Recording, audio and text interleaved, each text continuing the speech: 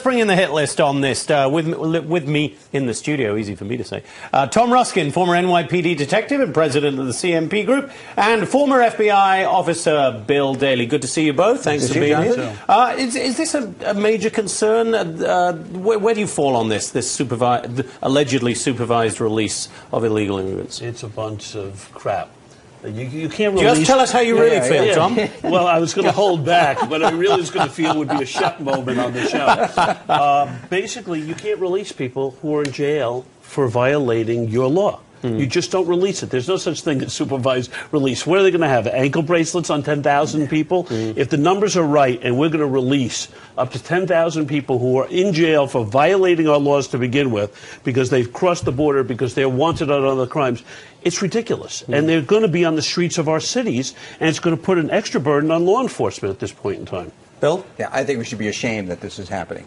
I mean, to what William Largeness just said, I mean, the cost, first of all, to have caught these individuals, and these are the ones we caught, and these are the ones they decided to hold in and moving forward with deportation hearings. So the cost of just catching these people to begin with, never mind now letting them loose where you're supposed to put them under observation and surveillance, you know, as he said, how much that costs, it's ludicrous. And I think, you know, if you go back to kind of the exposures we had to, you know, when, don't forget, Fidel Castro released all the people from his prisons back to the early, I think it was 90s or late 80s. These people came ashore, and it took for years to be able to find these people who were criminals he released from his prisons. I mean, in a way, we're doing the same thing here. Some people maybe not, you know, don't have criminal pedigrees, but other people do. And first of all, I say they're criminals because they already broke our laws, and we're releasing them out in society. So I'm just appalled by the fact that this is happening. I'm appalled by the fact that it's happening even before the sequestration has hit. Right. And they're doing this in a This is one of our way. points made. One of our viewers here, Joycey, writes in, if ICE has a $1 billion budget,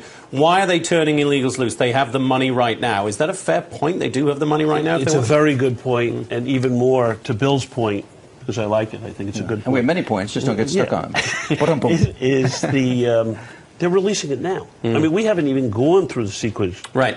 I think it's disgusting that the president hasn't, as a leader of this country, called the parties together up to Camp David last weekend and forced something to come out of it.